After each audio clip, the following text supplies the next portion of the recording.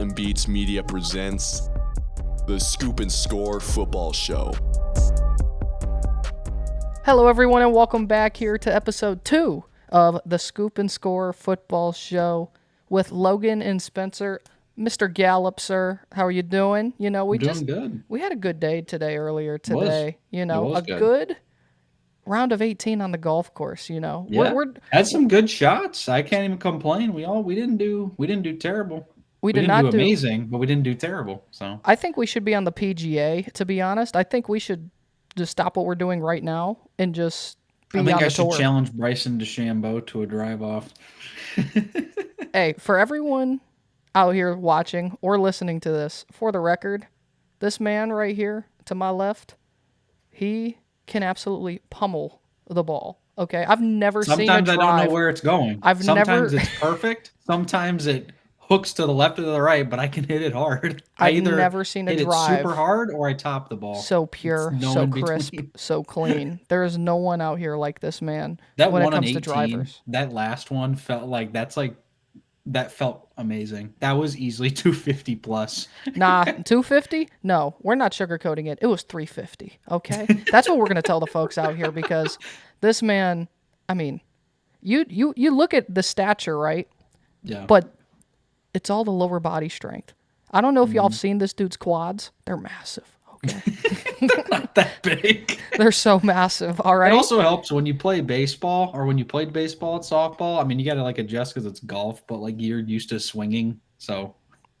That's true. But hey, for you don't need to switch. You're already the ultimate competitor. You're already the greatest golfer I've ever seen on a course, okay? Come on, Tiger. And I'm not sugarcoating that, all right? Let's go play 9, Tiger. He should. Tiger, if you're watching or listening to this, you have a serious challenge on your hands next to you, all right? I can't promise anything with the irons. I mean, I'm not terrible, but just don't do putting. I suck at putting. We don't talk about putting. I think Tiger would whoop you on a mini golf course. Oh, my God. Yeah, easily. For sure. But enough golf talk around here as the sunburn keeps getting redder and redder as the time goes on. We got a lot to talk about today. Recently, the coaches poll came out for college football rankings with Texas and Ohio State at 1 versus 2. We had that talk last week that easily in week 1, those two could be number 1 versus number 2 when week 1 comes around. Yeah. And coaches think so. And so because of that, I said, Spencer, I'm coming in with my own rankings, okay? And I want Spencer to kind of judge what I have here. And I want you all to judge me too. Please judge. Judge harshly, okay? If you know college football, just know I'm right about every single one of these. All right? Never wrong. My top 30. I'm doing 30 teams, okay? And really, I gave you mine too. It's because I think there's a good amount of teams out there that could easily be ranked at some point throughout the season. I mean, there always is changes, but I think there's some teams that could be ranked to start the year that some people would be like, why are they ranked? You know, but I digress from that because I just think there's so many good teams. There's so many good teams this year. Starting here with number 30 for me, before we get into that top 25. Number 30 for me is a team who just made the college football playoff last season. It's a team who definitely laid an egg for sure in that first round against the Nittany Lions. They do have some pieces they lost coming into this season, but they still have their quarterback in Kevin Jennings coming back. They lost a good amount of their production, like I said, on defensive line. They lost Jordan Miller. They lost DeVere Levelston. They lost Elijah Chapman. They lost Elijah Roberts. But they've added a lot of pieces in the transfer portal. To me, SMU is still in the running here to be a really, really solid team. Granted, they're not going to be what they were last season. I don't think you can get any better if you're SMU, to be honest with you. But I think Kevin Jennings, coming into his senior season, he's going to have to be a leader for this team coming in. Yeah, I think SMU will be in the top. I have them a little higher in my rankings because I have one of my own just of 25. But they did lay an egg, to be fair, in their first appearance. But they weren't given an easy task. They were giving at Penn State. I believe it was a noon game, but I thought it wasn't a whiteout, but it was something. I don't remember what it was, but they had some sort of It was maybe like a stripe out, yeah, maybe? maybe it was a stripe out. I know they did something for it, but yeah, that's never Penn State's never an easy place to play, No. especially for your first task. They held in there for a little bit, but then Penn State kind of just took it to them, which I think everyone expected. I think SMU will be like in the 20s, like 23. I think I have them at 23. I don't think they make it this year. They have a much tougher schedule in the ACC. I also think the ACC is going to be a lot better this year than it was last I year. think at the top specifically, I think the top teams in the Yeah, ACC are going to be much better this yeah, season. yeah. I think they'll be better, but I don't think SMU makes it this year. I think they'll probably go like 8-4. I think even with Kevin Jennings coming back. Yes. Um, And I think that's a but good season for them I too. just their schedule's tougher. There's a lot tougher teams in the conference now. Um, like I think Florida State's going to be better. I'm very high on Georgia Tech this year. I actually think Georgia Tech makes the playoffs. That's going to be a little hint into what we're going into. Fun But I little think nugget there. they're not going to win the ACC, but I think they make the playoffs. But That's high there's going to be a lot praise. better teams in the ACC this year. So you think, I hold think. on, real quick before we get into that. You said they don't win the ACC with Georgia Nope. Tech, but they also make the playoff. So you have two ACC teams in the playoff when I we think they get to go it. 10-2. I think they Okay. go 10-2. You think a 10-2 AC team is going to get a nudge over a team that's like a 9-3 SEC or a 9-3 Big Ten? It depends on the team. It depends on the schedule. That's fair. But I think Georgia Tech's going to be good this year. Their two losses will come to. It's going to be tough. I think that Georgia game at the end is really going to take it. It's not at Georgia Tech. I think it's in Atlanta. It I is in think they're Atlanta. having It's it at at Mercedes-Benz. Mercedes-Benz. I should take that back. Their two losses will come to Clemson in the ACC title game in Georgia. They'll lose their last two games. They will be undefeated going into the Georgia game. That's fair.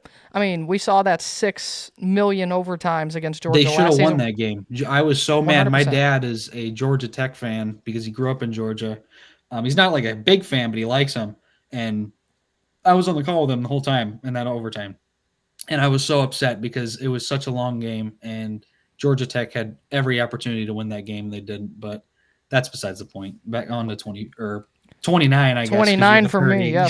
For number 29, it's another ACC school. It's a school that has loved to hit the portal for their quarterbacks for one season wonders and kind of help change the story and trajectory of their careers. You've seen a guy last year in Tyler Shuck from Oregon and Texas Tech go to this school and find his way somehow being a second round draft pick at like 40 years old for the New Orleans Saints. And I trust this head coach. I think he's one of the more underrated head coaches in college football. He was at the worst program in the Big Ten and had them having winning seasons. Jeff Brom in the Louisville Cardinals for me at number 29. You have Miller Moss coming in from USC this season, trying to make a better season out of that debacle for him out in LA. And they do have some solid pieces offensively coming back. They've got running back Isaac Brown coming back. He was a 1,200-yard rusher last season. You have Chris Bell, their number one receiver, coming back as well. They will need to work a little bit on that defensive line coming up this year, but I think Coach Brom and everything he's done, I think he's earned the benefit of the doubt to be up this high in the top 30 range or borderline AP poll ranked. I think that Louisville is going to still be pretty solid this year in the ACC. Yeah, I like the way they're going with Jeff Brom. I mean, they won with was his name Jake Plummer? Is that Yes. his name? Yes. And Or Jake it Plummer was either was Jake Plummer or Jack Plummer. It's one of the two. I think Jack Plummer. It was Jack Plummer, and he was a nothing. I mean, he did nothing, but he was good at Louisville. Yeah. I think Jeff Brom brings in solid quarterbacks. I think he wins with solid quarterbacks. Even dating back to Purdue when they had David Blau throwing passes and Rondale Moore catching them. He built up Purdue to be a 6-6, 7-5 team, but at Purdue, that's absolutely amazing. Right. Exactly. Louisville, they expect a little more, and he was close of making the playoffs. Louisville was on a run of winning games, but I think they'll be better. I think Louisville will be a lot better this year. So, And see, here's the thing. I think there's a grand scheme of college football where I think a lot of them are going to be, a lot of these teams, much better than they were last year, but it might not show on record. Their record might not show how good they really are. because of the depth. I think there's a lot of depth in college football. I think there is that second tier and third tier of teams this year is going to be a lot more than it has been in years past, where you're still going to have those upper echelon top 3, top 4 teams that are just better than everyone. But I think that middle tier could be a solid 25 to 35, maybe 40 teams this year across the board in a lot of conferences. And I think that some of them, they're just going to steal some wins from some of these upper tier teams. I think could steal a game or two. And I'm going to get into number 28 because this is a team I'm extraordinarily high on. Some people probably think they're going to be like a 7-win team or an 8-win team. I think they could be 9 wins or more this year. Number 28 for me is the Washington Huskies. I am very high on them and their quarterback in Damon Williams Jr. I think people got to realize last year, after making the national championship, you had your head coach go to Alabama. You had to poach Jed Fish from Arizona and basically rebuild from scratch again. And they did go 6-7 last year. They did make a bowl game, but they had some pretty decent wins. They beat Michigan last year at home in Seattle.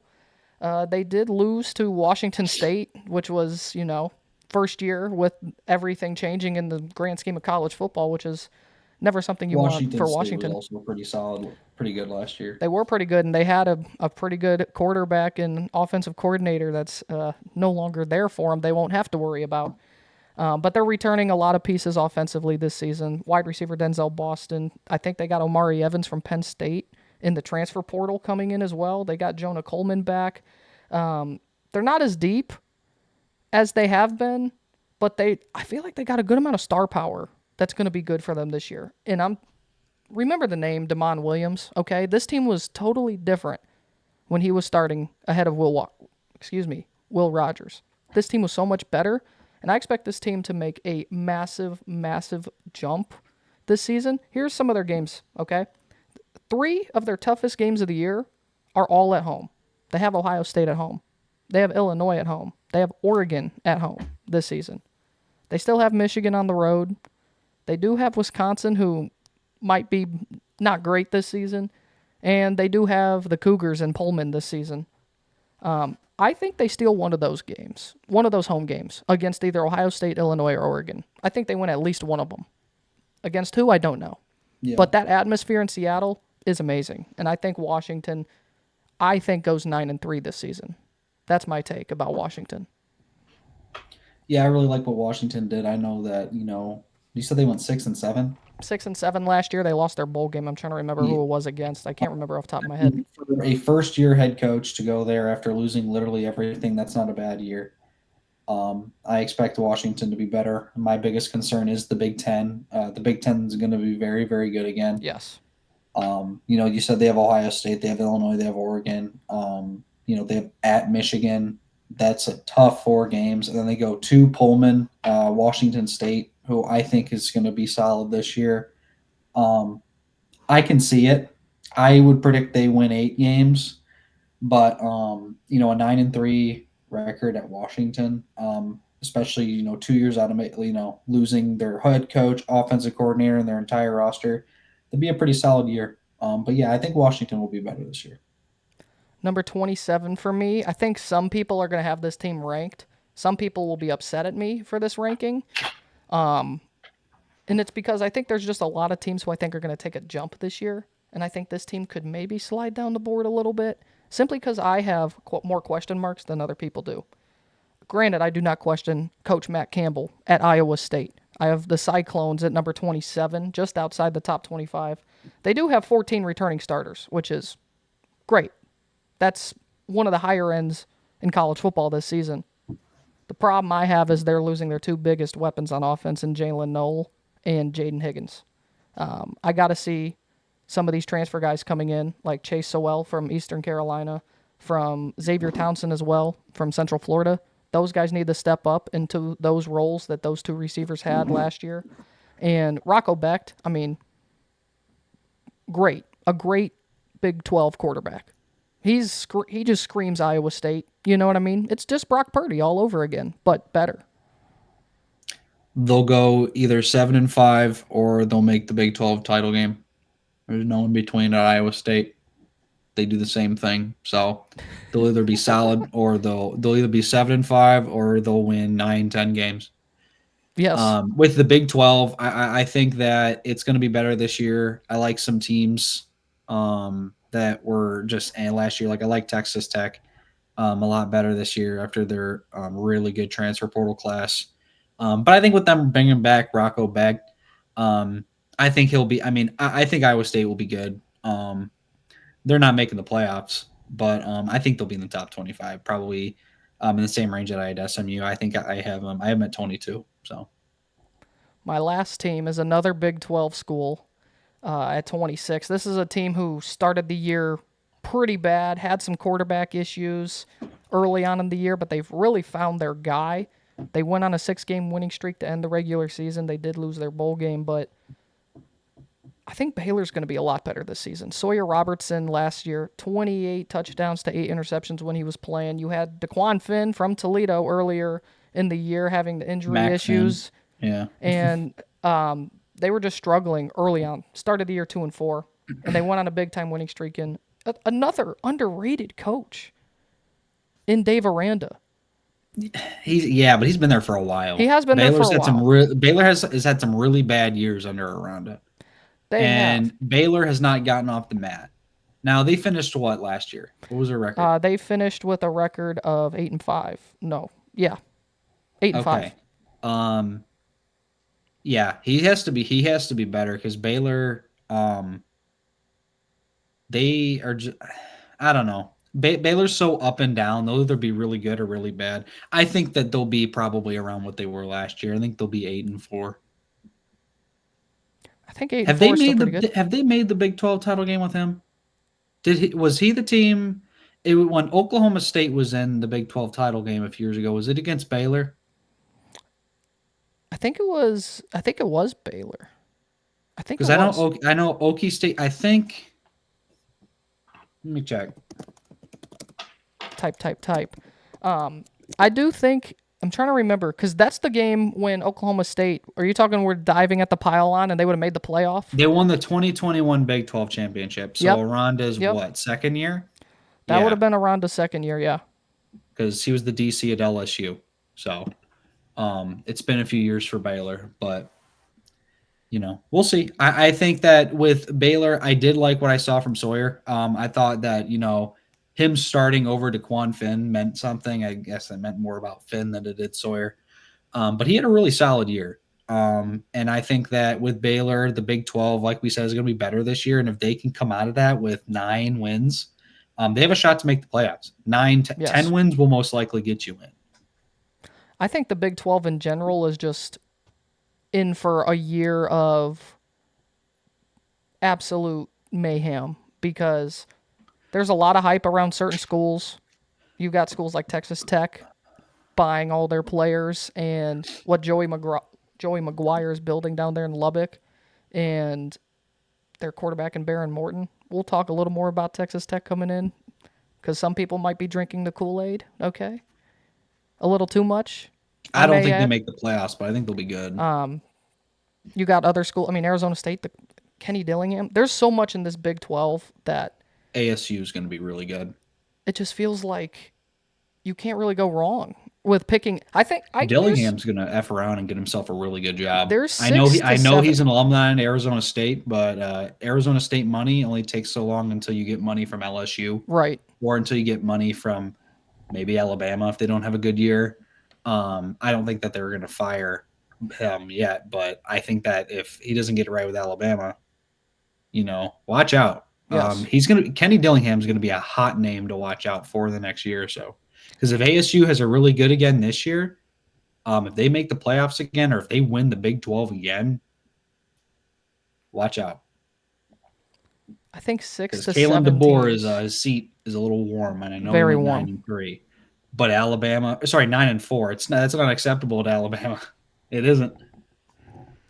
They don't like that. So I think a good 6 to 7 schools in the Big 12 this year actually have a legit chance to win the conference championship. 100%. It is the most just diverse conference out there when it comes to who is good every single year. Now with the new format of college football and how everything is. And trust me, I've got a good amount still on my list to go. As I'm getting into my real rankings here, okay? This is now the real rankings. Screw what I was just talking about. Because we're getting into the top 25. And I'm starting off with none other than a school that I keep telling you guys about, Spencer, and everyone else about. Because this quarterback's going to make a name for himself this season. Number 25, I have the Iowa Hawkeyes. Because Mark Gronowski, South Dakota State Jackrabbit, is coming in with a 49-6 win-loss record as the starter at South Dakota State, a 4-year starter at South Dakota State, over 10,000 yards passing, 93 touchdowns to 20 interceptions, almost 2,000 yards rushing, 37 touchdowns in his career. Granted, FCS school, I understand that, but I mean, we've seen it before. Cam Ward was at Incarnate Word, and then he went to Washington State and lit it up. So we've seen it before, and Iowa had offense last year. Okay? They actually had some offense. Granted, it was Caleb Johnson, and it was him running over people, and he's now a Pittsburgh Steeler, and he's not there no more. But we can still trust Iowa's defense to be a top 20 defense like it always is. Since the year 2000, they actually have the number one overall defense in that whole time span across the country. I do think Iowa's going to take a step forward with Tim Lester at OC this year. It's his second year there. And I fully expect this kid to be the Curtis Rourke of this season at Iowa. Maybe not playoff potential for Iowa, but a good 8-4 to 9-3 season, I think, is really in the cards. They haven't had a quarterback since CJ Beathard to actually do decent. They went 12-0 that year. I can't trust Iowa to have a good quarterback. I just can't, and not under Kirk Ferentz. I know it was his son that was the OC, and he's gone. But it's something along the lines of Iowa last year. I mean, their offense was better, but they were horrific the year prior under Ferentz. They were horrific for a long time offensively. They were horrific for a very long time, and they can only go up from here. Now, I think Gronowski will be good. South Dakota State, I think they're coming off the national championship, either the last year or the year prior. It was one of the Dakotas. One of the Dakotas always wins it. Yes. That's all they got up there in the Dakotas is some FCS football. They have a ton. They got dynasties up there. Iowa will be 8-4. Iowa will be 8-4. Death taxes and Iowa being 8-4. Maybe 9-3. Maybe they'll switch it up a little this year. They always have a good defense. Don't ever have to worry about that. But yeah, Iowa's always 8-4. Maybe they'll go 9-3, but we'll see. Moving on to number 24 for me. Similar, I would say, in the fact that it was age-wise, I guess, when it comes to their coach. They've been coaching pretty much the same length of time at this school. It was a pretty disappointing season last year. Their quarterback last year, who was starting, went down again after really his 8th year as being a quarterback in college football. Did not make a bowl game. But I trust the track record of this head coach, and I think they're going to be better at the quarterback position this season. You have a good transfer in Devon Dampier coming in from New Mexico. And I trust Coach Kyle Whittingham, and I think Utah is going to get back on track this season. I have them at number 24. Devon Dampier is a dog because whenever I played as him as New Mexico in college football 25, he'd always be making plays. This dude was Lamar Jackson on the sticks. And for that reason, Utah will be good this year. Oh, bro. They can't be any worse. And no one's talking about Utah this season. Plus, they finally got rid of Cameron Rising, who needs to get a job. So, yes. Kenny, I love Utah's program is built like Iowa. They will be solid every year. Last year, they just had everything go wrong for them. Yes. But even then, Utah, they normally always have a solid year. They're always usually 7-5 or 8-4 or better. Yeah, I like their chances. Devon Dampier, the legend of Albuquerque, New Mexico. Maybe he's the next Cam Ward again. Maybe he is. I've got faith in He was a Utah dog moving. in college football 25 though. This dude, you couldn't stop him in New The Mexico because I duo, did a New Mexico dynasty and he just popped off. He transferred after the first year, which sucked. But he always is in the portal, isn't he?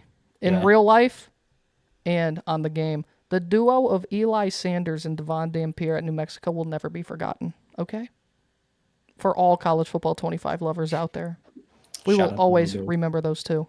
Moving on to number 23, a school you are very high on. You've already talked about them once, and you are right. I'm not as high as you are on them, but I've got to put the Yellow Jackets from Georgia Tech at number 23. Haynes King is in like year 19 as a starting quarterback in college football. Yeah, Brent Key is developing a program there in Atlanta. I mean, they got he's a going to good be another pieces. name to watch out for. Oh, I like long his term chances. for a Well, bigger program. Yeah. I like his. I see him moving into at least 2 years, or I mean, at most 2 years. If he gets it, going this year, he's going to be getting names from SEC schools, or he's going to be getting calls from SEC schools, I should say. I could 100% see it. They've got returning pieces as well offensively. Jamal Haynes. They've got Deion Patterson coming back. Malik Rutherford at wide receiver as well. Georgia Tech, they seem pretty destined. I think there is a Yeah, bit of a hype train I've seen recently in the college football landscape about Georgia Tech. There's a few people hopping on that train. Josh Pate, if you know Josh Pate out there, he's gone out there on the Solid Verbal podcast and said Georgia Tech is playing for the ACC championship. And that Kool-Aid, you're drinking that Yellow Jacket Kool-Aid. yeah. I mean, they don't have I mean, they play Clemson at home, but other than that, their schedule's kind of soft. Besides Georgia. Yeah. I think they win one of those games. I think they win one of either Clemson at Georgia Tech or Georgia at Georgia Tech. I think they win one of them. Yeah, I'm high on the Jackets this year. I really like Haynes King. I know it's such a boring offense to watch. It's like watching, football from the 80s, the quarterbacks running a good amount of the time. Oh, yeah. And Maybe it's some not under big center. flashy plays down the field. They just need but Calvin it gets Johnson back on this team, and then maybe they'd be a guaranteed, semifinalist this season if they had Calvin Johnson out there running routes for them. Man, yeah. But I think they'll be in the ACC title game. I do. I think it'll be them versus Clemson. So Not out the realm of possibility. Atlanta will be juiced up. And do they win the ACC title game? Maybe. Looks like we're gonna have to find out at a later date, huh? Yeah. Moving on here for me, number 22. They've lost a good amount this season. Their quarterback's now off to the NFL. Ohio State at 22. It does begin with a O. It does begin with a O. However, they have the absolute smartest quarterback that's ever existed. Finally getting his chance. Redshirt sophomore Austin Simmons and Ole Miss, the Rebels, I have at 22. They could be higher, but I think there's a little more question marks on this team this season, and I feel higher on some other teams ahead of them. But you want me to tell you something about Austin Simmons? You want to talk about the literal smartest kid that's ever existed? He graduated high school at the age of 16 with a 5.34 GPA. Whew. He's already graduated from Ole Miss. He's already got his degree at 19 years old as a redshirt sophomore. Yeah. This kid, he can play baseball too. I'm pretty certain he's a baseball player for Ole Miss as well. This dude does it all. Austin Simmons is one of those quarterbacks that I think, when it's all said and done for Lane Kiffin, has the potential to possibly be the best quarterback he's coached at Ole Miss. It just depends on getting those reps for this kid. And I think with Ole Miss, I think there's a little more question mark across the whole roster and the talent that they have this season. I think Ole Miss is going to take a little bit of a step back, personally. But I think Austin Simmons has the potential, if he stays another year past this year, to be something very special for Ole Miss. Ole Miss will always be solid with Lane Kiffin. And Lane Kiffin knows what to do with quarterbacks. So, and a dude who's got a 5.3 GPA and has already graduated, yeah, he'll be fine. Even if he doesn't even make the NFL, he's going to have a great job. Yes. It doesn't matter. 100%. Lane Kiffin is probably, say if Carson Beck does really bad this year at the U and, a school that struggles at recruiting. I mean, they've been flirting with that name for a long time down there in Miami. But who knows? You see maybe a Lincoln Riley get fired. Go back to USC and really bring it all back full circle for Lane Kiffin. How about that? Or maybe Tennessee wants to come calling and throw some mustard at him again. Maybe you should ditch Tennessee after another season when Josh Heupel goes 2-10 in the worst possible year with Joey Aguilar at quarterback this year. I'm just kidding. That's not going to happen. Tennessee will be just fine. Moving on here to number 21, a school I'm really high on. I've not necessarily seen this team ranked. I think they're going to be ranked, should be ranked, will be ranked at some point this season. I'm high on their quarterback, Josh Hoover. You already know. There's rumors out there anyway that he might be a furry. That's probably not true. It's probably not true. It's a joke anyway. Maybe. You never know. Some people have their own preferences, But Josh Hoover, I think, is going to take a next step here for the TCU Horned Frogs. Coach Sonny Dykes going into like his 4th or 5th season now at the helm in Fort Worth. I think people are forgetting just like the lore of that TCU team that got obliterated by Georgia and Quentin Johnston. Like, you got to remember, a school like TCU never has this happen. What happened 3 years ago, okay? That just doesn't happen. And I think they're finally back at a place they kind of rode that high and kind of deflated down a little fall from grace. They got new uniforms that are pretty plain compared to what they used to be, okay? Mind you, I'm a TCU Horned Frog fan with those uniforms. I thought they were the best uniforms in college football. You got to bring them back. Better than Oregon, okay? I'm going to throw that out there. Better than Oregon. The chrome with the Horned Frog on it, nothing tops it. You like the Horned Frog pattern? Was it a tractor or something like that? They have like a bolt. They have like a frog tractor. I think so. Yes. Yes. They have smoke come out of it or something. Yes. I just remember seeing that. So. But TCU, they've also hit the portal. They are bringing in some more pieces this season. And I think in a year that this Big 12 is going to have, you're going to see a school like a TCU take that next jump. I think TCU is going to be top 3, top 4 in the conference this season. I've got full faith in Josh Hoover and his talent and his ability to grow. And Sonny Dykes, he has a track record for a reason. What he did at SMU before he went to TCU and taking TCU to a national championship. You can say what you want about that championship game, but they earned the right to be there. And you can say that they found out Michigan was cheating with their scandal or whatnot and changed their whatever happened. They went out there on the field and they got there, So I think TCU deserves a little more respect coming into this year, and I think as a program as a whole, they deserve to be looked at a little bit stronger. Yeah, I agree. Sonny Dykes has got to get it going. I know he made the national championship 2 years ago. It was a great run that TCU went on, but they didn't have a great year last year, and they did lose a lot. So I think this is a big year for Sonny Dykes, and Josh Hoover seems to be doing well in practices. I know a lot of people are liking him on the field. The Big 12 is going to have a good year, I think. Overall, I think there's going to be a lot better teams in the Big 12. But yeah, they could be in the 20s. Why not? They should be in the 20s, I think. Before we get into the top 20 here, I got to take a quick sip of this B&B water. Dang, that sucks. I can't see the B&B water. Don't mind the cords there. Make sure you guys make sure you subscribe to the channel, okay? Subscribe to Ball and Beats Media down below, all right? Yep. Make sure you follow us on our social media, all right? So you can see highlights of Spencer on vacation next week, since we won't have another episode coming to you next week, but we will the following week. Just a little heads up moving forward. Number 20 for me, a team that made the playoff last season, a team that shocked the world with how they played, making the playoff. Granted, they did lose against the teams they should have lost to, and not really in pretty fashion. It wasn't always pretty. Just Google them. That's all you need to do. They win, right? Kurt Cignetti and the Indiana Hoosiers at number 20. I don't think they're going to fall off that far. They still have a very, very favorable schedule, okay? And they're returning a lot offensively. specifically their main receiver and Elijah Surratt.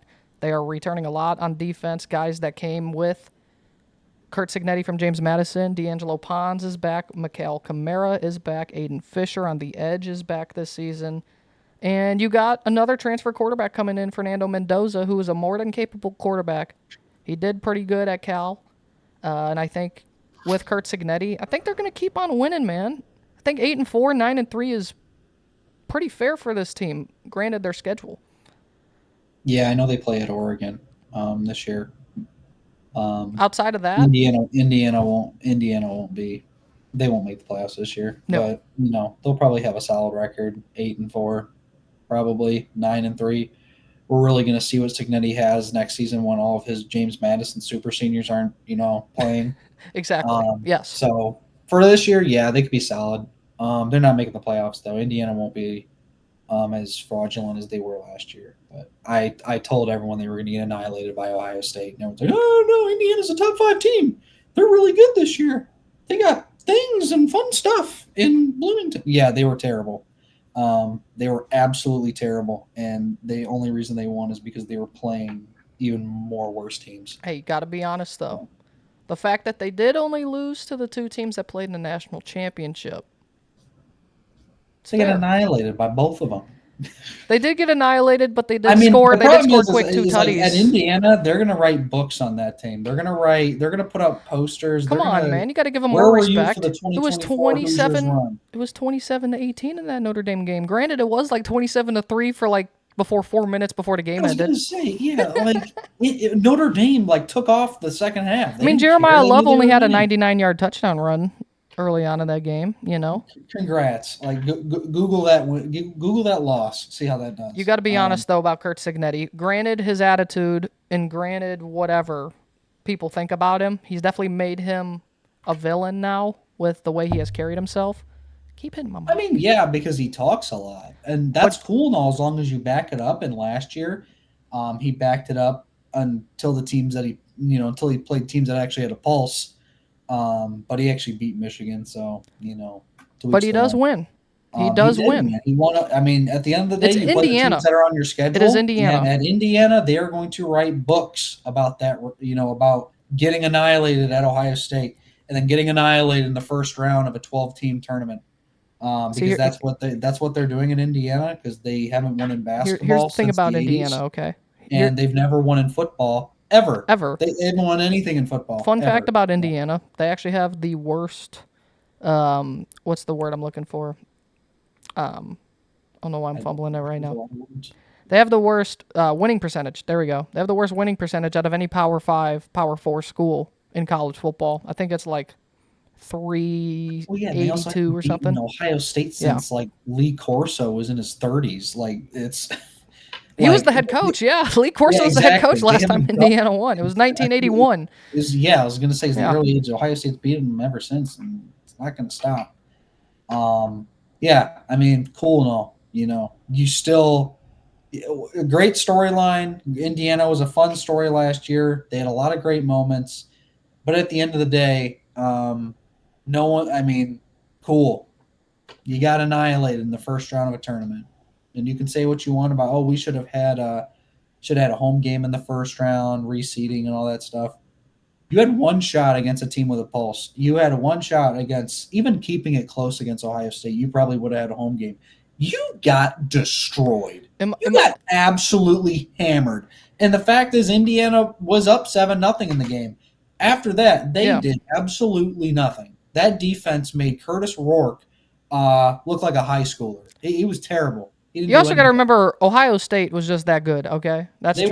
They were. They were just that good. They were. For me, Indiana, I think Indiana played better against Ohio State than they did Notre Dame.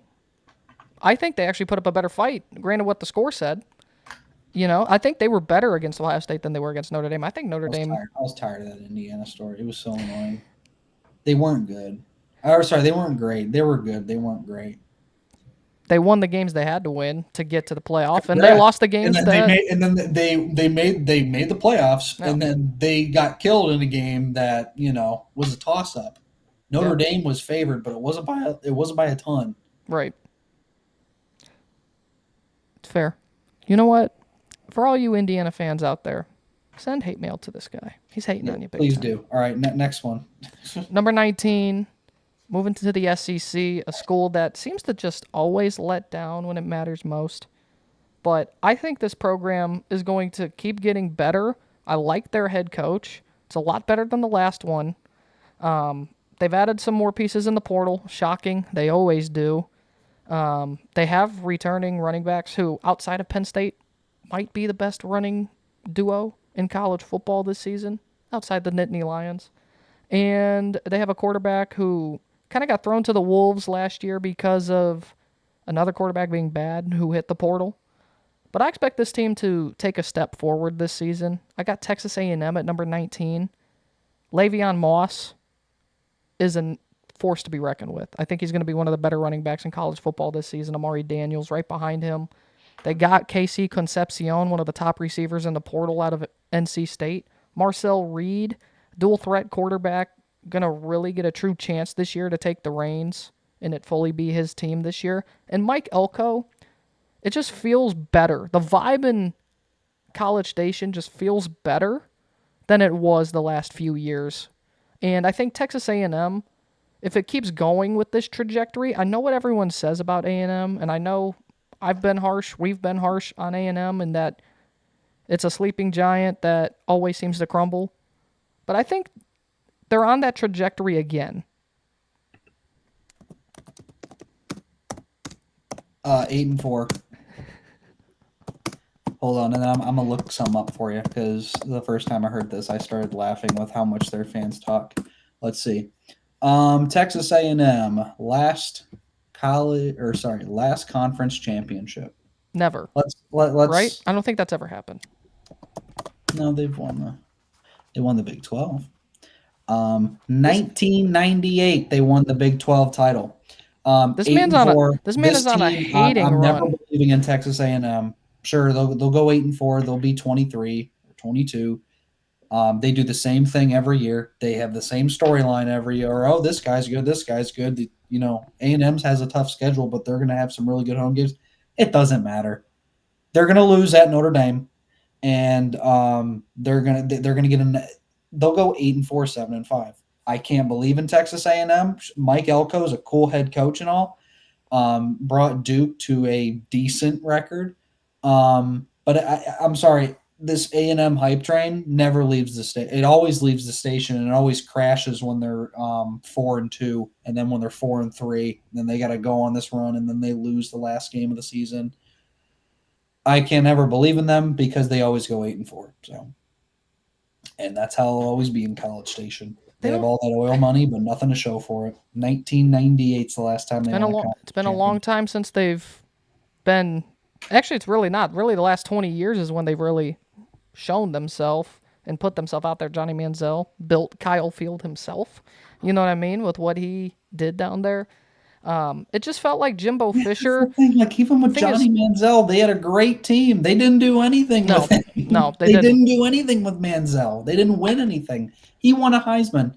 That is Texas A&M's always thing to go back. I remember Johnny Manziel. Yeah, because you haven't done anything since him. You haven't had a team since him. They've had teams since then. They just fumbled when it mattered most. Exactly. So then what's the point? I mean, I think A&M, I don't know, Mike Elko just feels different. Like the vibe just feels different. It's not spending millions upon millions. I can never believe in A&M. I don't believe in A&M right now. I'm saying I could possibly believe in A&M if they go out there and finally prove it eventually. I don't think it happens this year, but I think 19 is a fair ranking. I think their schedule. No, it is. No, fair. I'm not saying anything against the ranking. I'm just saying for people that talk about A&M, they'll be ranked. Yeah, they're always ranked. Yeah. They're in the SEC. They could be 6-6. They'll be at 25. It's true. All right. Number 18, moving on, a Big 12 school that some people might have higher. I don't have them as high as this, but, I mean, they got a quarterback returning. Some people thought he was going to hit the portal last year, but he didn't. He chose to stay at home where he's from. And this head coach in this program, outside of Oklahoma, has probably been the most consistent program in the last decade or 15 years. They've always seemed to find a way, no matter what, to be at the top of the conference. are very close to the top of the conference. I've got Kansas State at number 18. Coach Chris Kleeman, always maybe one of the top 3 most forgotten about coaches in college football for the casuals out there. Chris Kleeman has done exceptional things at Kansas State. You're talking middle of nowhere, dead center. Won the Big 12 2 years ago. All the time. Will Howard. They beat undefeated TCU. Will Howard, national champion, did that. They've had guys, Skylar Thompson, Will Howard, and now Avery Johnson. Before then, you also had Colin Klein in the old days when Kansas State could have played for a national championship, had a legit chance. They were 3rd in the country back in the BCS era. I think Kansas State is still going to be one of the better teams in the Big 12. They could possibly play for the Big 12 championship. I wouldn't be shocked if Kansas State did end up winning the Big 12 this season. I don't have that happening because I feel like recently they are put on that pedestal and they are slightly underneath it. But I trust Avery Johnson, and I trust Coach Kleeman to still be pretty elite this season. Kansas State always finds a way to be solid. The thing about Avery Johnson is they decided to go with him instead of Will Howard for last season. He's such a wild card. I think he's a solid quarterback. He runs the ball decently well. And I think that with him back at the helm as quarterback, I think they'll probably win 8-9 games. I think that's fair. So, yeah. Going on to 17. This school, so many people are high on them. And granted, recruiting-wise, it makes sense. You should be high on them because they always can recruit. It doesn't matter. Even then, they still lose out on guys in recruiting. Someone with the beautiful hat that I'm wearing that Spencer can't see right now would attest to that. Yeah, I can't see anything. Sorry, buddy. But they got another transfer portal quarterback. They lost almost all the receivers coming into this season. They're getting new pieces on the offense. They still have a very good defensive end coming into this year. They still got a good defense. But this has got to be the year. They have to make the playoff or this coach is getting fired. I'm not too high on them. I don't trust Carson Beck. Miami at 17 and Mario Cristobal. I have them lower than some people would have them, although I think someone to my left might have them a little bit lower than I do at 17. No, I think Miami's going to suck this year. I'm going to be honest. Cristobal is a great recruiter. He's a terrible in-game coach. He actually might be one of the worst in-game coaches I've ever seen in my life, and I've seen Ryan Day against Michigan. He cannot coach with a lead at all. He should not be trusted with, like last year against Syracuse, they had a 21-point lead and they blew it against you remember the Syracuse. Georgia Tech game 2 years ago? They blew it against Georgia Tech. Georgia Tech, it was a fumble and then just a dime into the end zone. It was absolutely unbelievable. Just knee the ball. Don't run it. You'll fumble. And they decided to run it, and he fumbled. He is one of the worst in-game head coaches in all of college football. And while Miami can recruit, and maybe they'll have a solid year. I don't think they won't suck. They won't be like 6-6 or less.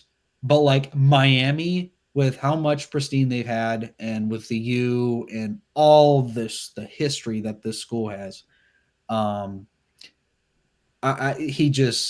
Miami's probably going to be 8-4, 9-3. I mean, I don't think they win 10 games. This is the year, though. They have to make the playoff.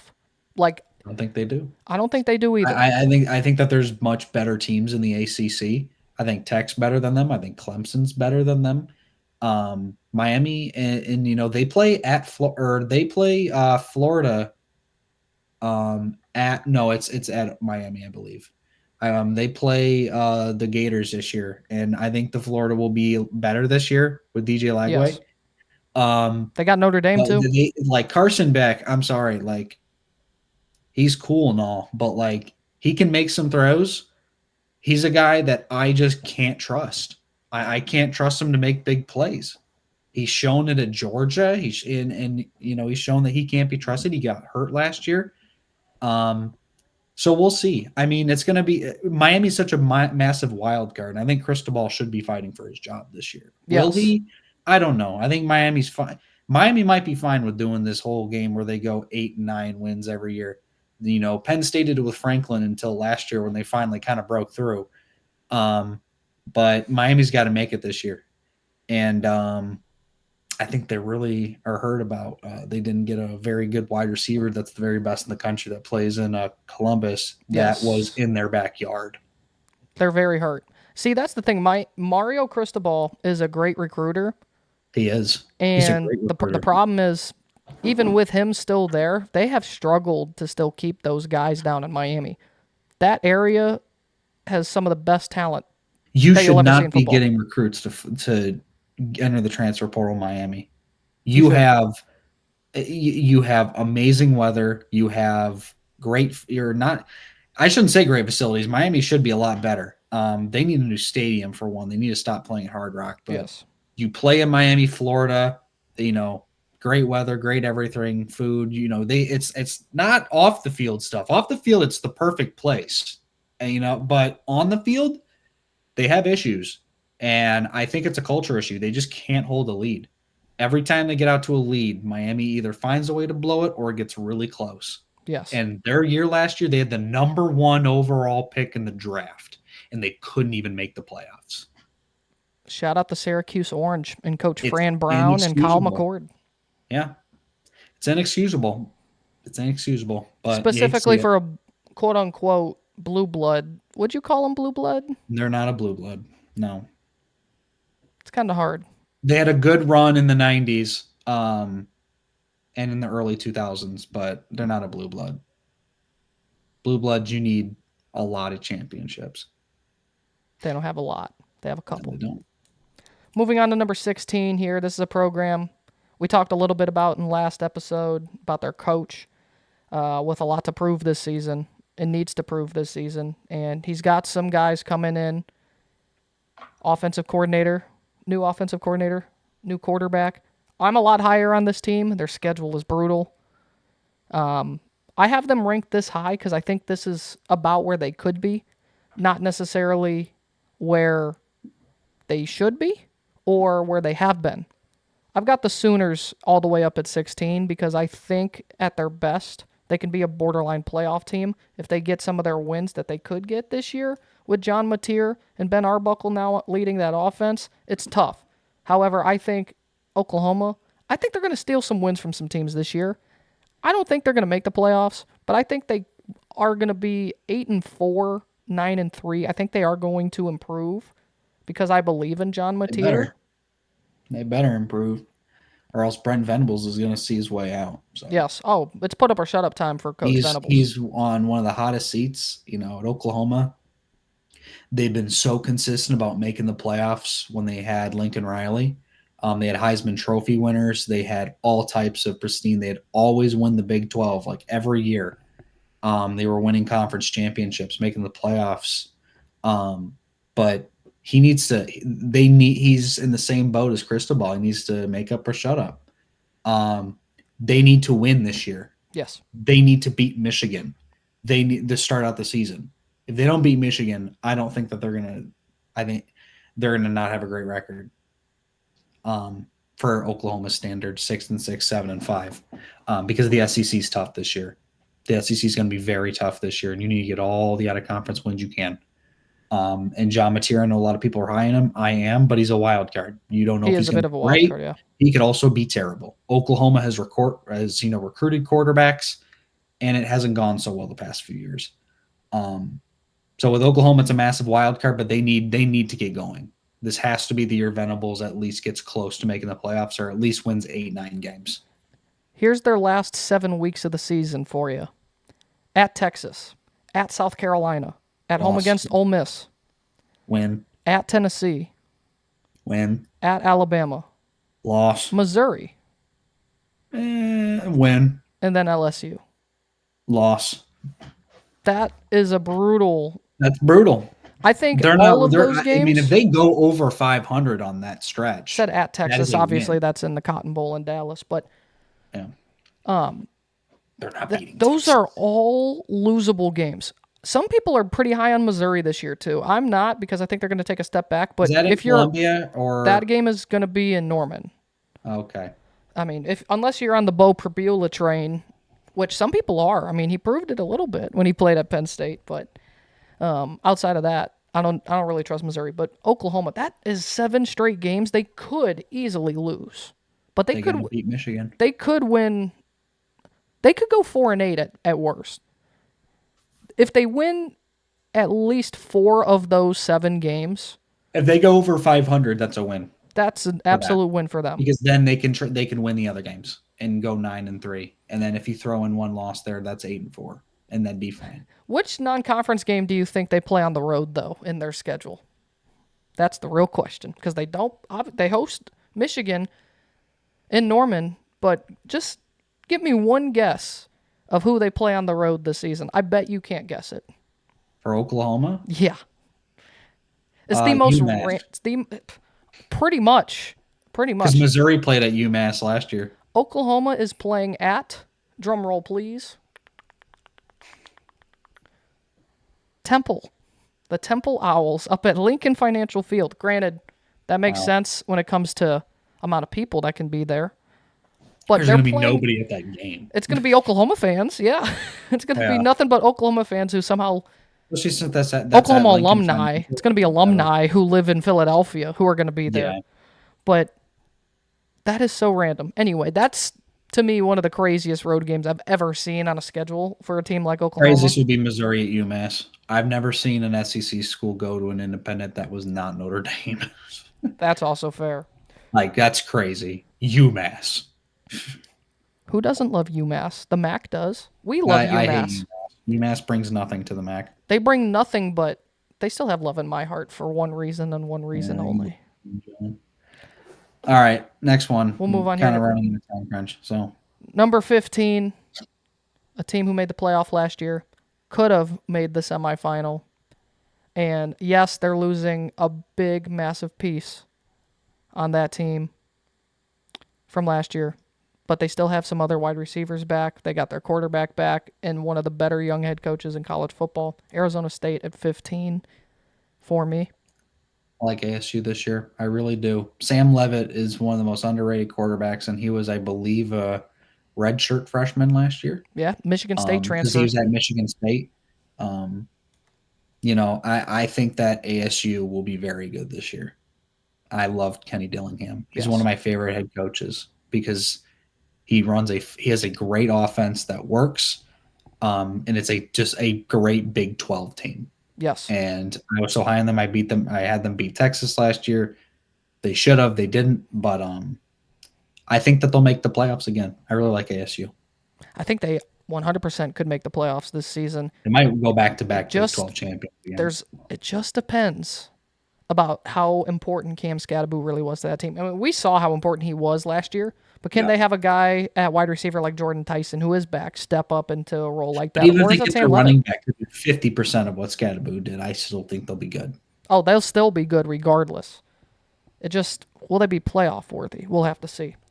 Moving on to 14, a team who had 2 of the biggest wins last year that no one really saw coming because you had mediocre quarterback play, mediocre offense, and you're still losing a lot of those guys, and you're losing some pieces on the defense. But I think that this roster this year, you can't get better. You can't get worse than you were last year.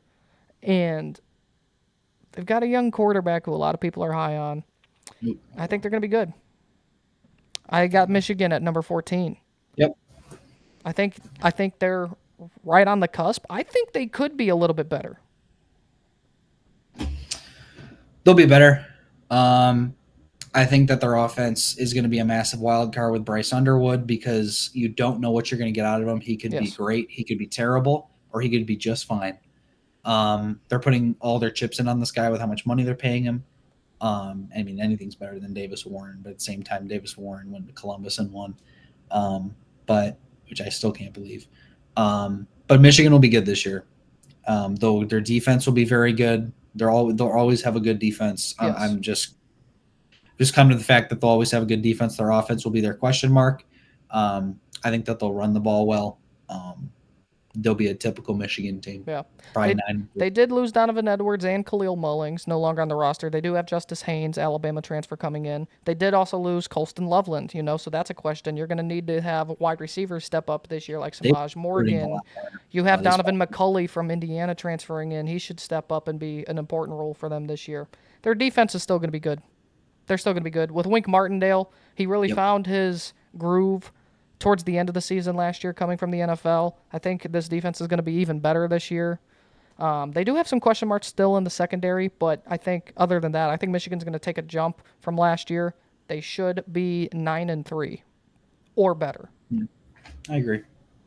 Moving to number 13, staying in the Big Ten, in a team that has the most returning starters out of any school in the Power 5, Power 4. I'm so used to Power 5. It's Power 4. It's really Power 2. But yeah, I'm very, very skeptical of this team, but I think because of the returning pieces and the experience that this roster does have, I do have to rank them higher than I think they could be. They have some tough games. And I kind of question this quarterback a little bit, because if you want to look at this team last year and see some of these close games that they had against some teams they should have easily blown out, it's kind of Indiana to me. They're very Indiana-like. But I have Illinois at 13 this season coming into it. I think they could be lower. I think they could.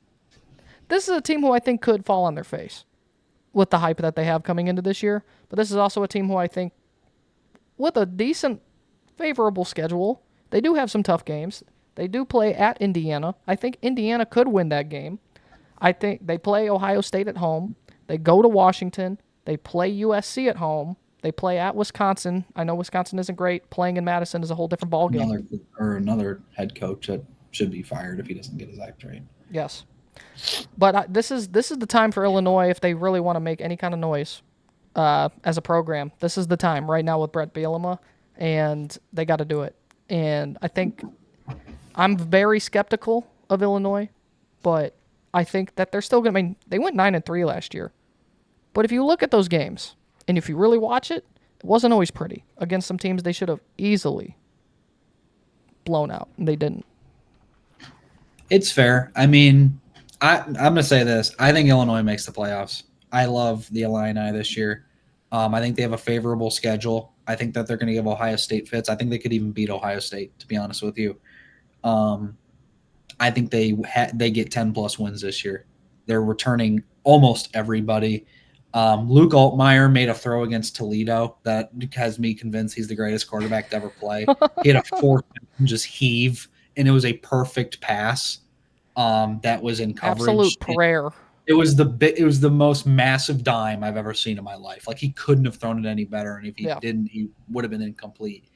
And I will never forgive him for that, because then Toledo would have been ranked high. Yes. Because that was the year that they had the great team. But other than that, I trust Brett Bielema. I know Arkansas fans don't. But I think that he fits right here in Illinois. I think that the Illini, they have a favorable schedule, and I think that they're going to give teams fits. Altmaier, I think, is going to be better. He's a great thrower. And while it might not always be pretty, it just matters if you get the win. Yes. Michigan in 2023 had a lot of wins that were ugly, that came down to the wire, including against Illinois at home. Yes. They only won by 2 points. But sometimes it's not matter how many, it matters if. And if you win, that's the biggest that's the biggest thing of all. I think Illinois is going to be very good this year. They're not winning the Big Ten, but I wouldn't be surprised if they make the playoffs as like a 10 or a 9 seed. I think it's definitely doable with their schedule, like I said. It's also the same thing that, like, the teams that win the most are the teams that bring back the most. Yes. And I think that you've seen that in the past 2 years with Michigan, Ohio State bringing back everybody. Even Georgia a few years ago. But the problem is Georgia's first-round picks, but their quarterback, they just kept bringing back. Yes. And I think that with this Illinois team, I think that they're gonna be very good. This Illinois team is going to be very good, and I think they win double-digit games. Moving to number 12 for me. This could easily be a massive stretch by me. Toledo. That's right. I'm drinking the Christ, Kool-Aid. Toledo's not top 30. I'm drinking the Kool-Aid. They could easily eventually get there. They could. I think they do. I They think really Toledo's gonna could. be very good. I'm drinking the Kool-Aid on this program. I'm buying in. I'm putting all my chips in because I fully believe in what's happening there right now. Granted, money in Texas doesn't always do things, but I'm believing in it. They've got a quarterback, a proven quarterback who played out of his mind last year, statistically speaking. And their head coach, he's all in, and the program's all in. The people around it, the fans are all in. I've got the Texas Tech Red Raiders all the way up at number 12. I Wow. think Texas Tech wins the Big 12 this season. I think that they will make the college football playoff. I think that Baron Morton has potential to be the best quarterback in the conference this year. I know they've had Micah Hudson in and out, hit the portal, come back, kind of parade there They in lost Texas their Tech. 1,500-yard running back. They did lose their running back coming into this year, In but Brooks. they've hit the portal like crazy. They have a top 5 portal class coming into this year, or top 10 portal class coming into this year. They're going to keep hitting the portal because that's what they're going to have to do at Texas Tech. But they're getting recruits now, too, to buy into this program. It could be a year or two too early for something like this. I'm fully bought into Texas Tech. At number 12, maybe a bit of a stretch, but They I'm have a buying into it. favorable schedule. I'll give you that. Their out-of-conference schedule is absolutely horrendous. Yes. It's Arkansas Pine Bluff at home, and then arguably the worst FBS team in Kent State at home. They have a terrible out-of-conference, but like they have Kansas at home. They have at Houston, at Utah. At Utah could be a loss. This is going to be a great game to watch. Tech at Arizona State. Ooh. At Kansas State, at West Virginia, home against BYU. Yeah, they have a favorable schedule. Outside of that Arizona State game is not a game where I go, I don't know. They play at Kansas State, but there's not a game other than that. I'm like, I don't know about that one. Tech and honest, they could be good this year. I think that the Big 12 will have a surprise. Yeah. They do every year. Last year was Arizona State. I don't know if Tech counts as a surprise because I think a lot of people are high on them, but I think they could. I don't know that they make the playoffs, but I think that they'll be very close. For sure. I think that with Tech, I think that they have yet to prove that they can take that next step. Yeah. But then again, Kenny Dillingham did it in his first or second year. So Yeah. I think Tech's going to be a fun team to watch. They're always a fun Yes. fly high offense. So either way, they'll be an exciting team to watch. So Absolutely. it's the running game that's my biggest question mark. I mean, it's Texas Tech. Do they believe in the running game? Yeah, No. the Big 12 doesn't. So Number 11. I've really struggled with 10 and 11. I've kind of flip-flopped them a little bit, and there's only one Just say real both. reason. I will say So. both. because it's At number 11, it's simply because he's been banged up here throughout training camp. But I love this kid a lot. I think the talent is there. I don't love the coach, and I don't love how the program has been, but I think with this guy, I think they can take themselves to new heights. Schedule is a absolute juggernaut buzzsaw. Probably the toughest or second toughest schedule in the entire country this season. I've got the Florida Gators at number 11. I believe in DJ Lagway, his talent. Their schedule is absolutely brutal.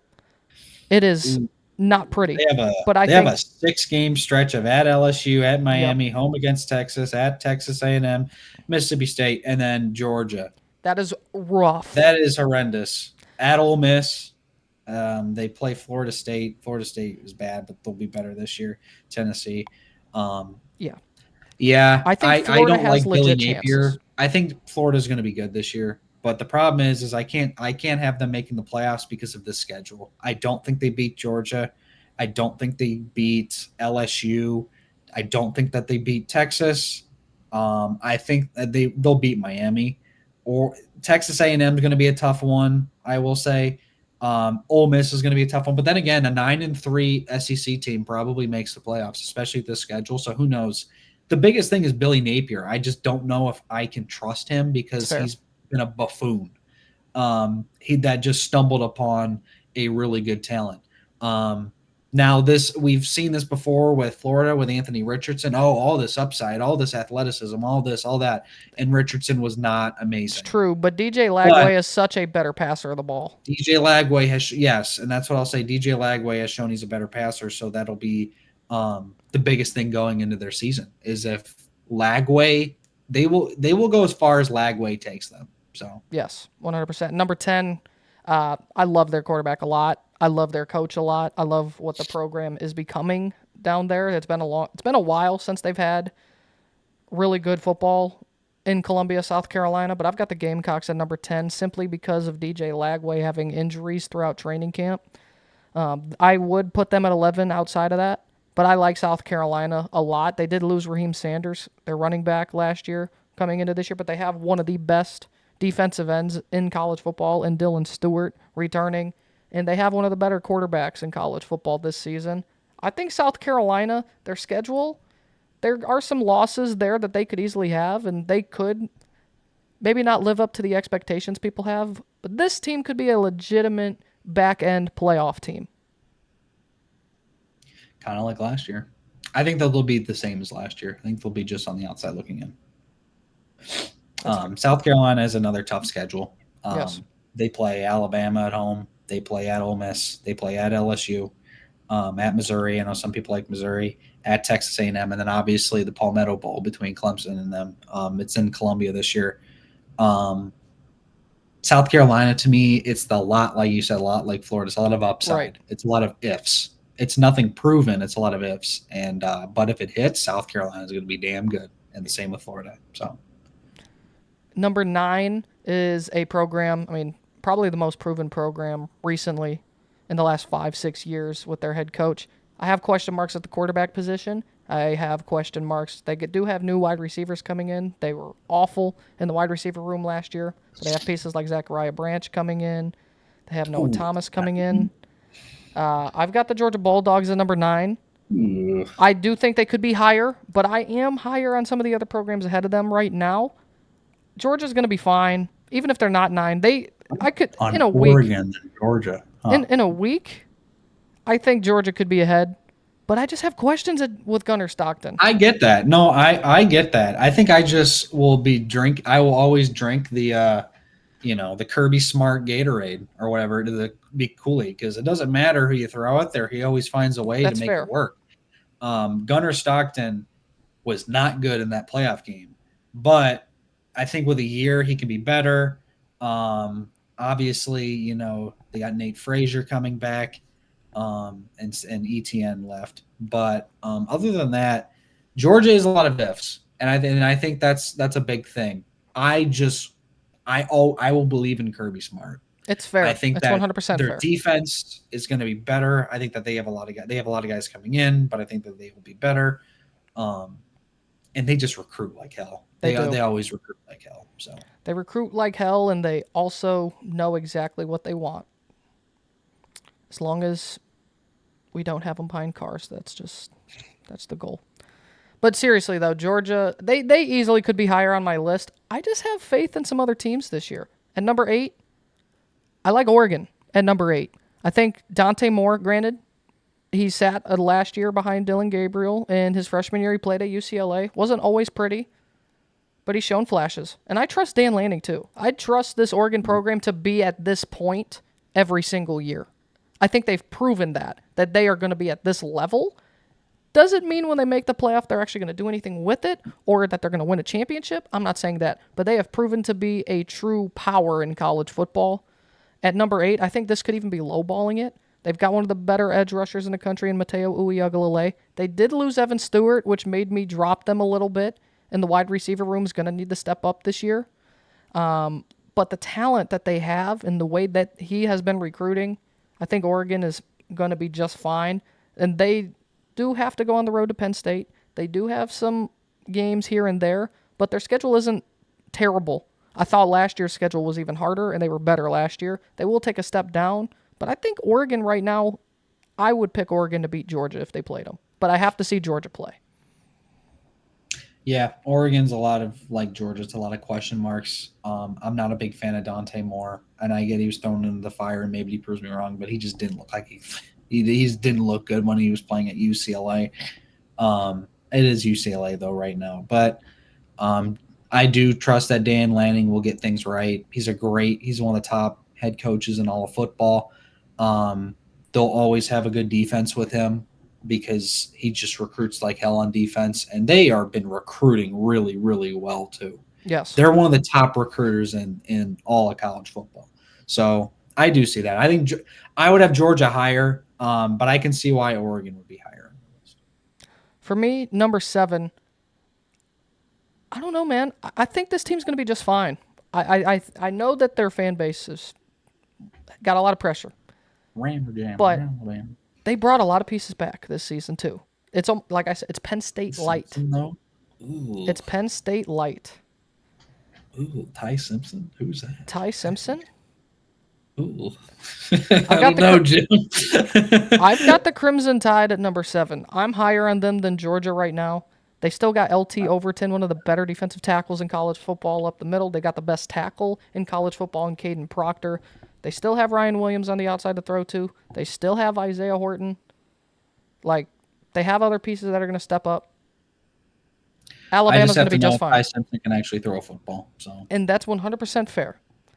And that's with a lot of these teams. There's a lot of ifs. I mean, Oregon, Georgia, and Alabama are all in the same boat. Yes. All first-year guys. I guess and Gunnar Stockton, to be fair, but he didn't really play a whole ton last year. Trying to develop guys, trying to develop quarterbacks. So we'll see how it works out. I'm not high on Alabama this year. I think that they'll probably finish what they did last year. And I just think that, maybe the pressure's getting to Kalen DeBoer at this point. So I think Kalen DeBoer's a winner. I think he's going to prove everyone wrong. It's going to be a big year to find out, I'll tell you that. I think we're going to find out a lot about fine. DeBoer after this year. And at number 6, simply because of the quarterback alone and not necessarily coach, I have LSU at 6. I think that Garrett Nussmeier is a very, very, very good quarterback. I think that LSU, they had the number 1 portal class coming in too. They're bringing in a lot of pieces. They got wide receiver Barrion Brown coming in. They've got other pieces on the defense. They got Harold Perkins, who will be healthy this year, who to me is outside of maybe Caleb Downs, the other best defensive player in college football when healthy and playing. I like LSU a lot. I have them ranked ahead of these teams. I don't know if they'll necessarily be ahead of them when it comes to the end of the season, but this is the time for Brian Kelly. He's got to make the playoff. He has to. In week 1, it ain't going to be easy. It don't get easy. But it might be the best thing that they could have for week 1. If they go on the road and beat Clemson, all the confidence in the world, they should just keep going. Yes. And Brian Kelly will be rejuvenated. But if they lose that game, there's going to be a lot of question marks. That's going to be a hell of a game, though. I'm excited for that game. Texas and Ohio State's going to be amazing to watch as a college, not just as a Buckeye fan, but as a college football fan. But then the nightcap of LSU at Clemson is going to be unbelievable. I think that could week 1 is one of the week 1s for the ages. It is. We haven't had a week 1 like this in a while. You're talking literally 2 games where you could see legitimate national championship contenders. They could be playoff matchups, both of them. It could be playoff semifinal matchups. Yeah. You know what I mean? Like, I think both games are bringing some of the best in college football this season. Getting into my top 5, at number 5, I've got the Fighting Irish of Notre Dame. I know that they also have a question mark with C.J. Carr, the 5-star quarterback now starting ahead of Riley Leonard, but Jeremiah Love's the best running back in college football. That defense is still going to be so good. Jalen Grayhouse will probably take a step up from that playoff performances that he did have at wide receiver, and Marcus Freeman is just continuously proving people wrong. And Notre Dame is in such a great spot. Pivoting back to LSU, as Brian Kelly, you can't have Notre Dame playing in a national championship before you make it at LSU. Notre Dame is here to stay for a long time with Marcus Freeman. Yeah, they start out the Sunday of opening weekend at Miami for Catholics versus convicts. That'll be another fun game to watch, and it's an important game for both teams. So Notre Dame has to prove that they are for real if they go on the road and win at Miami, and Miami has to prove that they actually have a pulse on their program. Notre Dame will be good. I agree with you. I think Notre Dame's in very good hands with Marcus Freeman. I know they lost the national championship game, but like they're going to be fine. I love the direction that Marcus Freeman's going to be taking Notre Dame, and I think that they will win a national championship at some point with him. To number 4 for me, it's kind of, I didn't know necessarily where to place this team, but I'm just confident preseason with 3 other teams ahead of them. There's a lot of pieces that they're losing from last year, but they have the 2 best players in college football on offense and defense. And Jeremiah Smith and Caleb Downs. I have to put Ohio State at number 4 coming into this year. I think that other people will have them a little bit higher, and I'm gauging. I think OSU is a top 5 team, but I don't think they're. I don't think they're 1 top. or 2. I don't think they're 1 or 2. I don't. And that's on paper alone. I think Clemson's better than them. I'm not going to put Penn State on that level because Penn State, we beat Penn State every year, and Penn State with James Franklin is going to do the same thing that they do with every single year. But I think Clemson's a better team, and there's going to be a lot of parity going on. So, and Texas is Texas has a lot more returning pieces than Ohio State does, and I know that the quarterback position for both is a question mark, and we're going to learn an absolute ton about both teams week 1 in Columbus. But I think Texas is better roster-wise than Ohio State. That's fair. Even with Ohio State having arguably one of the best wide receivers in college football history, and the best defensive player in college football. So that's the thing about Ohio State. There's a lot of question marks, and they got the 2 best players. They got the 2 best players. Last time we saw Brian Hartline Just as an throw the ball offensive to coordinator. 4 every single play. Julian Sand has the biggest target in the world to throw to. So. I think people forget how the offense when Brian Hartline was offensive coordinator the last time. People are forgetting he was co-offensive coordinator at one point. It was with Kyle McCord. Offense wasn't pretty. And Matt Patricia is a massive wild card. He could be a good defensive coordinator, but he hasn't been in the college game in Lord knows how long. And it's not like a yay kind of move. You know, it's like No, it is not a yay type of move. It's a shoot me type of move. It's that lion's hat on your head. Brings back some nightmares. I hate that man more than anything in sports. He caused me so much pain, and he drove my franchise back for a long time. It's okay. Traded Darius Slay for a 3rd-round pick, you moron. Moving on to number 3. It is the Texas Longhorns for me at number 3. No way. I have them at 3. I think too many people are drinking the arch train. You do not have Penn State over Texas. There's no way you have James Franklin over Texas. Texas is the number 3 team in the country, and here's why. They are losing just as much as Ohio State, pretty much across the board. Not as much. Their defense is still going to be very good. Their defense is still going to be good. They are returning C.J. Baxter, who was out all last year with a torn ACL for running back, so they will get C.J. Baxter back. Arch Manning's going to be okay. Okay, is he going to be great? We'll have to see. I think it's still he's still going to prove it just as much. They lost a lot. People are forgetting Texas did lose a lot. But here's one thing. You know, he has to prove it.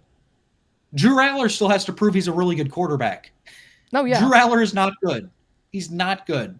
He's a solid college quarterback. When he plays good teams, he folds. He folds like a lawn chair. He is, I'm sorry, and I know Ohio State had a fantastic defense last year.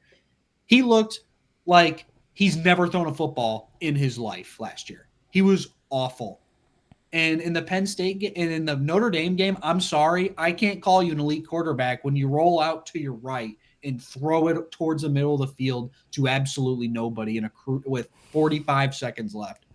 I'm sorry, I can't. Penn State, I'm tired of this Penn State hype. They'll be good. They're not going to do all this. They're not. It's James Franklin. And we did say the same thing about Ryan Day. Ryan Day can't win the big game. Ryan Day can't beat Michigan. He still can't. It's the same conversation about James Franklin, and here's the thing, right? It's his time. Penn State last year is insanely better than the Penn State team this year. Penn State lost their best player last year, and it wasn't close. Penn State's defense will be average. Their offense, they brought in some wide receivers in the transfer portal. Their running back is going to be their running backs are fantastic. It's Their going to running be an backs are absolutely amazing running game. Drew Aller is not good. He's not good. And I'm tired of everybody saying he's good when every time I watch him on TV, he does something really stupid that a freshman would make. He does. And you can say, oh, it's the same thing like Ohio State last. Ohio State literally brought back every single player except Marvin Harrison Jr. And I know it's kind of like, oh, well, Penn State's losing Abdul Carter and all this stuff. The Ohio State team last year is infinitely better than the Penn State team this year. And you also have to hope that Tom Allen, the defensive coordinator who got blown up at home by South Carolina at Clemson last year, does something. So here's the thing about Tom Allen. He's just going to Clemson now. Jim Knowles. Wrong team to talk about. Jim Knowles. Homie's jumping ahead. See, you're jumping ahead. Who do I really have at number 2? I still haven't said. Number 1. You've told me this. Jim Knowles, it took him 3 years to have an elite team at Ohio State, defensively wise. His first year at Ohio State, Michigan came in there and burned his house down at home. It wasn't even close. Jim Knowles is a great defensive coordinator, but it takes him a little bit. It's fair. So, I got to say this about Penn State, okay? I understand why people are tired of it. They are doing the same blueprint everyone else has done that's recently won a championship. And not as good players. I understand that Abdul Carter is gone.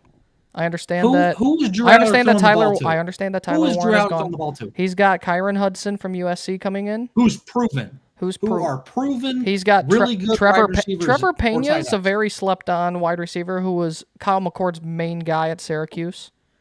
You have I'm trying to remember the other name, but this defense, they still have denied Dennis Sutton, who some people think will end up being the best defensive lineman in the country. You have other pieces still on that defense that are returning. And you do have, by the way, Nick Singleton and Katron Allen both have a chance to become the leading rusher in Penn State history this season, which is crazy. That's the only notable thing this team will do this year. I have them ranked on paper, with what they have ahead of people. They do have to go out and prove it. But on paper, this roster is a number 2 team in the country. With Jim Knowles as the DC, takes him a few years to get going. His scheme doesn't always work the first year, but maybe it's different at Penn State. Maybe they go out and they have a great year. It still leaves question marks at the quarterback position. I know what I'm getting in the running backs. 2 fantastic running backs. My passing game is a massive, massive, massive question mark. And maybe they just run the ball like Michigan did 2 years ago and just run it down your throats every play. With those 2 running backs, you could. They have a solid offensive line. Every time I watch Drew Aller, he does something stupid every single time. And maybe if you don't watch, maybe Drew Aller's going to be like the greatest quarterback we've ever seen touch a football. Yeah, if he has an insane year and wins the Heisman. But the day that happens is the day that pigs fly and the day that James Franklin wins a national championship. So. Someone clip that. In fact, we're going to clip it ourselves. They're not winning the national championship. They're not. I'll put any money down. Texas is better than them. Clemson is better than them. And I don't care what you say. Ohio State is better than them. I think Ohio State this season beats them regular season in Columbus. I think Ohio State can be better. I just think the roster that Penn State currently has on paper, I would give the slight edge to right now coming into the season. And at number 1, Texas and Clemson, right? And at number 1, I have the Clemson Tigers because I think this defense is going to be the best defense in the country. Yes. The best interior defensive lineman in Peter Woods and TJ Parker. You have Cade Klubnik, who completely flipped the script last season stat-wise, 20 more touchdown passes last year. He's got Antonio Williams coming back. I know their big question mark really coming into this season is their running game. They are losing Phil Maffa. But it's Clemson. And I think now it's Tom Allen. It's Dabo Swinney by the end of this year could be laughing in everyone's face with what they were saying about him. 100%. Yeah. They could. They don't use the transfer portal. Their NIL is God, but they started to hit the portal slightly They They got did a little slivers. bit. And, to me, this Clemson team is the Ohio State and is the Michigan team of past years. They're bringing back everybody, and this defensive line is going to be something to wreck, something to mess with. This Clemson D line is going to be generational good. And I think that this Clemson team, they have a shot to go undefeated. I think they're going to be really good. Cade Klubnik, I think he's in New York. I think he's gonna go to New York this year. I think he's gonna have a really good year this year. He's kind of had an up and down career at Clemson, but I think this is the year where he gets it right. I fully agree, and I think Clemson is. I would be shocked, and I'm gonna put this on record. I would be shocked if Clemson doesn't make the national semifinal. Yeah, I think they're I that would be good, too. and I'd be a failure if they don't. I To be honest, understand that they're in the ACC, and I know. I mean, they play LSU in non-conference week they 1, play obviously. Georgia Tech, and Georgia Tech should be good this year. I mean, they play at South Yes. Carolina. Like they got some tough. They games. do have some tough games. I think this roster is ready to go. I think this is a national championship roster in Clemson. Yep. I fully believe it. And I think Dabo Swinney by the end of the year could just be laughing at everyone. Like I said, I think Dabo Swinney, I understand he's never really hit the portal. He started hit a little bit this year. His philosophy is recruit in high school and build that program. At the end of the day, I get to laugh at James Franklin or I get to laugh at Dabo Swinney. So it's a win-win. Absolute win-win. And that's my rankings. What do you rate it? It's a good rankings. No, I agree. I agree with you on most everything. I agree with you on most of your rankings. I think a lot of those teams you mentioned are going to have good years. I think some of them are dark horses. The only thing I don't agree with is the Penn State thing, but that's knick-knacking things. I mean, it's the top 3 teams. It's not like it's a team that's out of the top 25. Also, you have Penn State in the top 3. The one thing I will say though, I think this team will be better this year because their head coach is on such a hot seat. I think USC not being on your list. I think USC is going to be a little better this year. I think they have to be better this year, or else Lincoln Riley's gone, and I think that's going to cause them to kind of, all right, we need to speed this process. But I mean, they'd be like in the 20s, but like that's nitpicking. But I agree on most everything. Yeah, so.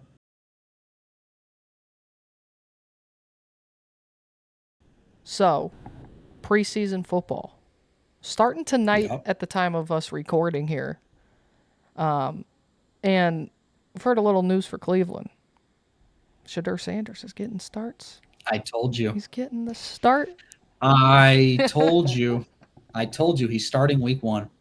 He's going to start week 1. I don't think he's starting week 1 still, but I think they're setting. People think he's being set up to fail. I have a counter argument. I've seen a lot of people on social media say, "Oh, he's only getting 1 rep with the main starters, and it's setting him up to fail. He's not going to play with all these guys." Here's the truth: if Shedeur Sanders has the mindset everyone's talking about, if Shedeur Sanders is that good, he goes in and he's going to prove that he's the best with the ones. That's what he's going to do.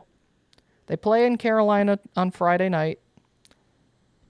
I think Shedeur is going to perform fine. I think he has a chance to prove it. He's getting the chance. A lot of people thought he wasn't going to get the chance, but he's getting the chance to go out there and prove that he could be that guy. No, I think Shedeur will do fine. I agree with you. It's the preseason, so you're not playing again. You're not playing the starters, right? Again on defensive wise, but I'm telling you right now, I think Shedeur starts week 1 for the Browns. Kenny Pickett's hurt. They did just sign another quarterback in Tyler Huntley. Tyler Huntley. They're bringing him back. The Pro Bowler Tyler Huntley. To be fair, there's 3 quarterbacks on our roster out of the 4 that are currently injured, so that's part of the reason. It's not like he's going to be around or nothing, unless really. But I think he starts, and you just see what he has week 1. I almost feel like that sets him up to fail even more, is throwing him to the Wolves in week 1. He performs in the preseason. The preseason's really how he performs in the preseason against backups is going to determine if he starts. 100%. If he goes out there and struggles, I think Flacco starts. If he goes out there and he's doing pretty decent, I think I think that Kevin Stefanski goes, hey, why not? Let's see what happens. And if he struggles, throw in Joe Flacco. We know we have in Flacco. It's fair. I just I think it's pretty much Flacco now with the whole Kenny Pickett situation that happened. I think Flacco's just going to start regardless week 1. And I'm not saying Shedeur can't start at some point in the season, which I fully believe is going to happen. I think Shadeur's on this roster going into this season. I think he is going to play. I just don't see it week 1. I don't think there's any shot that he does week 1. I think the mind's already kind of been made before going into this. That's just me. I think they're putting a lot of stuff out there for social media clicks, stuff like that. I think the mindset's already been pretty set in stone in that building in Berea. Find out. We will find out. Any other preseason games we really caring about too much? It's the preseason. Not fair. really. It's fair, but you get your storylines during the games yes. about like some random dudes popping off. But, we'll get our storylines as it is. And for our it happened or we were Micah Parsons requested a trade from the Dallas Cowboys. That's the real storyline right there is Micah Parsons. That's how real are we buying into it? That's what? Are we really buying into it? No. I think it's the thing with Myles Garrett to where it's like, I want to be traded. And then he gets his money. He's like, oh, I love this team. I love Cleveland or I love Dallas. Mm-hmm. I think it's the same thing. If he does get traded, Dallas is going to get a good amount. They're going to get a lot. They're going to get 2 first-round picks and probably a second or a third and a 5th rounder, probably a late rounder. A ton of draft capital from a team. If he's traded. So if he is traded, yeah. If he's traded, give me 3 teams you think would be legit possible teams that would trade for him. Buffalo, definitely. Buffalo Bills would definitely be up there. The Lions, I do think that the Lions have enough capital. They have a lot of cap space, a ton of young players, and they have all their draft picks. They could go out and they could go trade for him. That's 2. Another one that I could see, I could see the Packers. I could see the Packers making a trade and going to get him and giving up some draft picks for Micah Parsons. Also, another one, since they're very familiar with each other, I could see the Houston Texans because of Micah Parsons and CJ Stroud and them having a really good relationship with like podcasting. And they just talk a lot. I could see him going. So there's 4. But then again, anybody should want Micah Parsons. I think anybody and everybody. He's a 25-year-old. Micah Parsons. He's a 25-year-old linebacker edge hybrid. So a lot of teams are going to want him. There's 3 and teams. Rightfully so. 3 teams in my head. It's more so like I could see him in that jersey, and I think he would just pop off. And money-wise, I mean, money's money. You know what I mean? I think teams figure would out find the a cap way. later. The cap keeps going up every year. So for me, I think Baltimore is one that would just try and wreak havoc on the AFC North. And that defense is already, to me, probably a top 2 defense coming into this year. Top 2, top 3 defense. And they just keep getting better. New England, I think, would be the one that makes a lot of sense. They did just get Milton Williams in free agency, and they still have more money to play with. New England seems like a team that's just continuously going to get better and better as time goes on again with Mike Vrabel. And then my 3rd team, NFC West. I'm going Seattle as like a sneaky dark horse team. They need an edge rusher. They haven't really had a good one in a long time. I mean, they do have Leonard Williams. And with Mike McDonald, I think the fit makes a lot of sense. And Seattle, I mean, they kind of need something fresh on that defense that they haven't had. I mean, they have Devin Witherspoon and Kobe Bryant in the backfield, but they don't have anyone really on the line. They, like I said, Leonard Williams, he's been around the block a couple times in Seattle now. He's old. I think Seattle, to me, is like one where it'd be like, wow, 12th man's back. You know what I mean? Legion of Boom is bringing The Legion of Boom is back. Yeah. Any more NFL talk? No. We'll probably, after all being off next week, or if we figure something out, then we'll be closer to the season. We can have our playoff and division predictions and all that stuff. With preseason, it's kind of tough because you're getting back into a training camp. You can only go so far with talking about specific things, unless you want to talk about like sixth rounders and seventh rounders and guys who signed off the street. They're like, oh, he made a tackle or he made a catch. Like, cool. Like I could talk about Isaac Tesla and I want to the talk third about round my receiver. third string, or not my third string, but I want to talk about my number 3 receiver on the depth chart right now in Jamari Thrash. Okay. Hey man, Cleveland's depth chart is one of the greatest. It's actually one of the depth charts of all time coming into this year. who's your wide receiver 2? Is it Tillman? It'd be Cedric Tillman. Yeah. After Jamari Thrash, I couldn't tell you. You know why? We chose to not draft any this year. It's beautiful. Have a good tight end duo at least. We do have a great tight end duo, I think. And I would say running back duo, but you know the situation there. No. Jerome Ford and Dylan Sampson don't move the needle. Where's the other one at? Didn't you guys draft another one in the second round? I'll have to think about that. I think I'm pretty fond of the guy. I think I know who he is. He's a national champion. He is a national champion. He had a big run in the national championship too. He had a massive run in the national champion. He's coming up short in a lot of different ways, though, but that's okay. That's going to wrap up this episode here of the Scoop and Score Football Show. A lot of yapping on my end. I said, Spencer, I'm yapping this week. Yep. It's all right, though. We'll be back in 2 weeks with some more content coming your way, some more preseason takes, college football and NFL takes. The season's just right around the corner. We're both excited, just as much as you guys are at home. Make sure you subscribe. Make sure you follow us on our social media pages. We're going to come out with more content moving along here as we start this new journey here with this show. Spencer, sir, take care, buddy. Hey, man, I'm going to have a great trip. So, yes, sir. Hopefully. We'll Stay see. safe. Don't indulge too much in football. Indulge in other things. Take a break. You know what I'm saying? Yeah, I'm going to take a break from my baseball team. That sucks. So, as you should. As you should. As long as the pitcher is out there with Tommy John, you'll be fine. hey, man, it's Tarek Screwball and everybody else. It's all right. Legitimate. Signing off. Take care. We'll see you guys next time. Peace.